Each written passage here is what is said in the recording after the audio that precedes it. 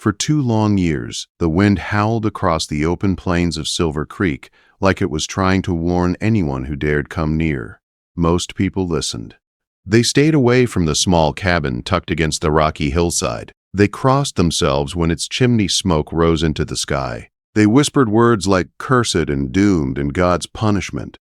Inside that cabin lived a woman and her daughter who had learned how to survive without help. On a cold afternoon, as the sun dipped low and painted the land in dull gold, Elijah Harding rode slowly across unfamiliar ground. His buckskin mare, Ginger, limped beside him, her head low, her steps uneven. 3 miles back she had thrown a shoe, and every step since had been painful. Elijah had been riding cattle trails for 2 weeks straight. At 32 years old, the saddle was the only real home he had ever known. He trusted the land. He trusted horses. He trusted his own hands. But this stretch of country felt different. Quiet in a way that did not feel empty, but watched. That was when he saw the cabin. It sat half-hidden by pine trees, small and weather-worn, but alive. Smoke curled from the chimney, thin and gray, like a promise. Elijah felt relief hit him hard. Smoke meant warmth. Smoke meant people. He led Ginger closer, noticing how the path was nearly gone, grass and weeds reclaiming it. No wagon tracks, no fresh prints. It looked like a place forgotten on purpose. He tied Ginger to a fence post and stepped toward the door. Before he could knock, it opened a few inches. Brown eyes stared back at him, wide and afraid. A woman stood there gripping a broom like it was the only thing keeping danger away. Her auburn hair was pulled into a simple braid, her face pale but steady.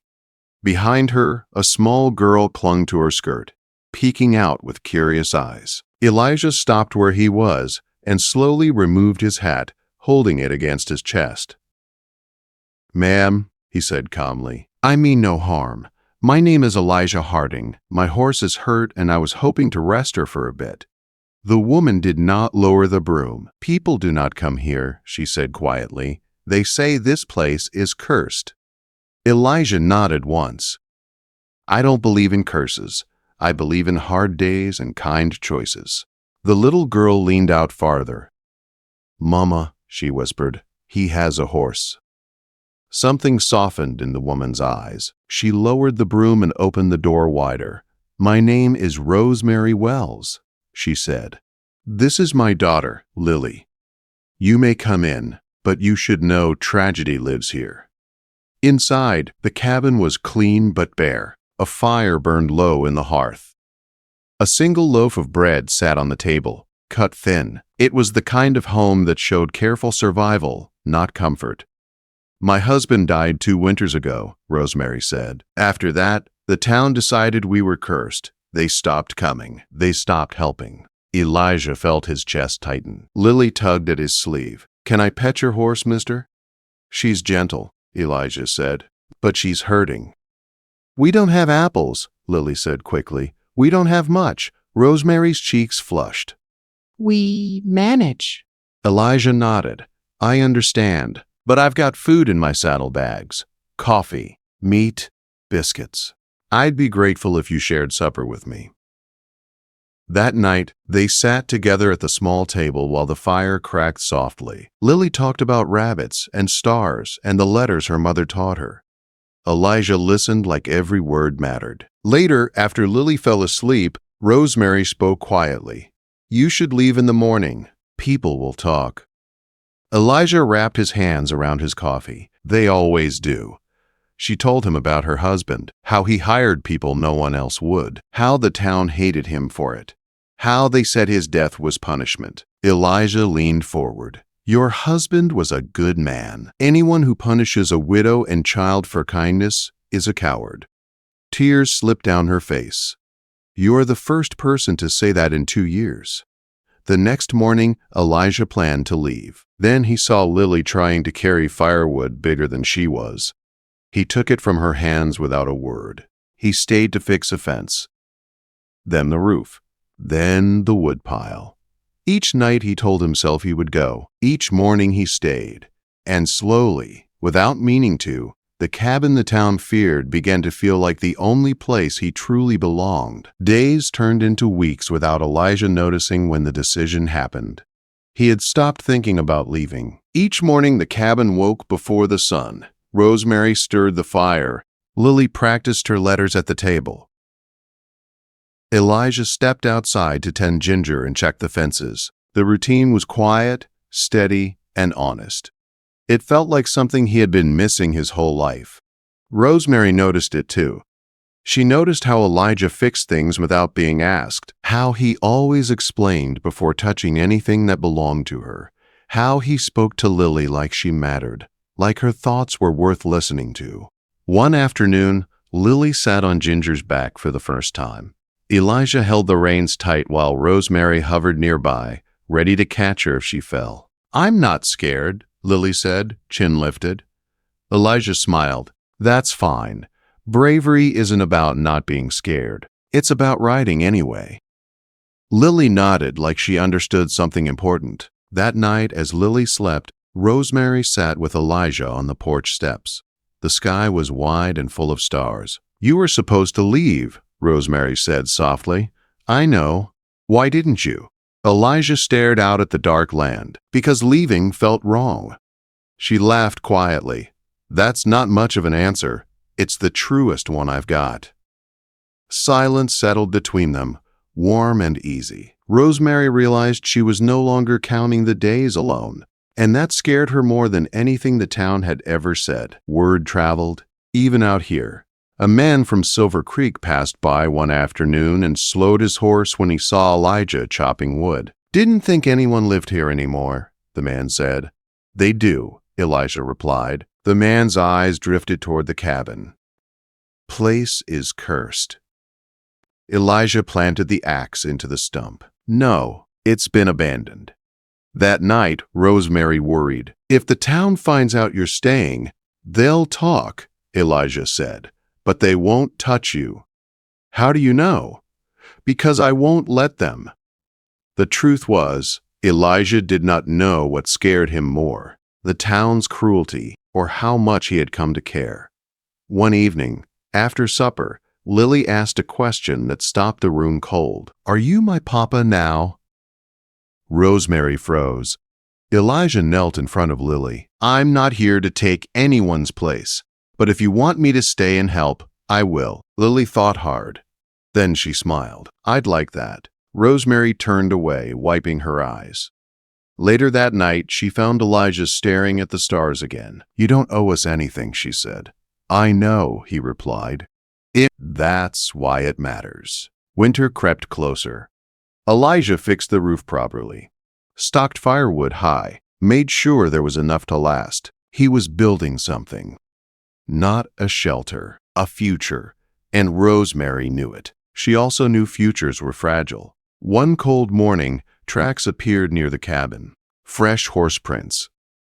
By afternoon, 3 men rode up, faces hard, eyes judging. "Who are you?" one asked. "Elijah Harding. This land's cursed. Best you move on." Elijah stepped in front of the cabin without thinking. "You don't speak about them that way." The men exchanged looks. "You've been warned," one said. As they rode off, Rosemary's hands shook. "They'll come back," she whispered. Elijah turned to her. "Then they'll learn this place isn't empty anymore." That night, Rosemary lay awake listening to the wind. For the first time in 2 years, she was not alone in the dark. But for the first time, she was afraid of losing something she had not meant to hope for. And far away in Silver Creek, the town had begun to notice that the cursed cabin was no longer unguarded. The men came back with the spring, not shouting, not riding fast. That was how Elijah knew it was trouble. They stopped at the edge of the clearing. 3 horses lined up like a warning. The same faces as before, only harder now. The leader stepped down, boots sinking into the soft earth. "We told you to leave," he said. Elijah stepped forward, placing himself between them and the cabin. Rosemary stood in the doorway behind him, Lily clutching her skirt. "I heard you," Elijah said. "I chose not to listen." The man's eyes narrowed. This land brings ruin. Everyone knows it. Elijah shook his head. No. People did. The second man laughed. You think you're a hero now. One cowboy against a whole town. Elijah did not raise his voice. I'm not against a town. I'm standing for a family. That word hung heavy in the air. Rosemary's breath caught. Lily squeezed her hand tighter. The leader looked past Elijah, eyes sharp. You've been alone too long, Rosemary. You don't see sense anymore. Elijah took one slow step forward.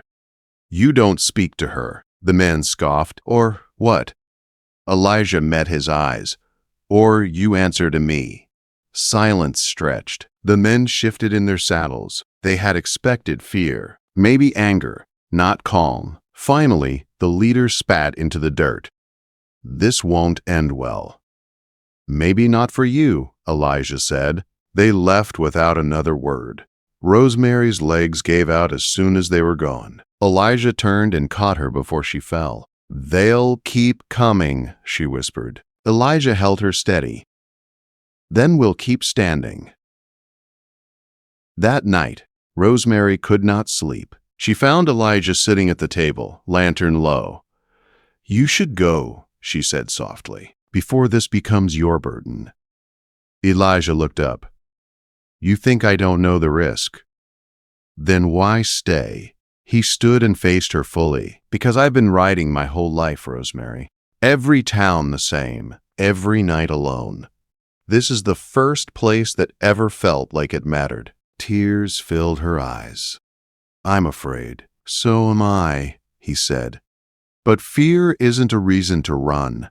Lily padded into the room, half asleep. Are they gone? Yes, Elijah said gently. She walked to him and wrapped her arms around his leg. Don't leave.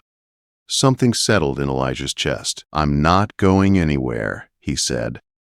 The town tried one last time. A week later, the store refused Elijah service. The blacksmith turned his back. The preacher would not meet his eyes. Elijah said nothing. He worked harder. He planted crops. He fixed fences. He taught Lily to read better than before. He laughed more than he ever had. And people noticed. One by one, things changed. A farmer left a sack of grain at the edge of the property. No name. A woman sent cloth with a note that said nothing but stay warm. Fear began to crack.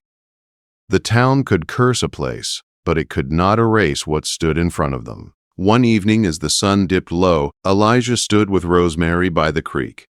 I should ask you properly, he said. She smiled faintly. Ask me what? He took a breath. If you'll have me. As a husband. As Lily's father. As someone who stays. Her hands trembled as she reached for his. I thought I was done believing. So did I. She nodded. Yes, they were married that spring beside the water. No crowd, no celebration, just truth. Lily scattered wildflowers with serious care. When Elijah spoke his vows, his voice broke. I thought freedom meant never staying, he said. I was wrong. Rosemary smiled through tears. The wind moved gently through the trees. The land listened. After that, the town stopped calling the place cursed. They called it the Harding Cabin. And some evenings, when the light glowed warm through the windows and laughter carried on the breeze, people would slow their horses and wonder how they had ever been afraid of a home that only asked to be seen.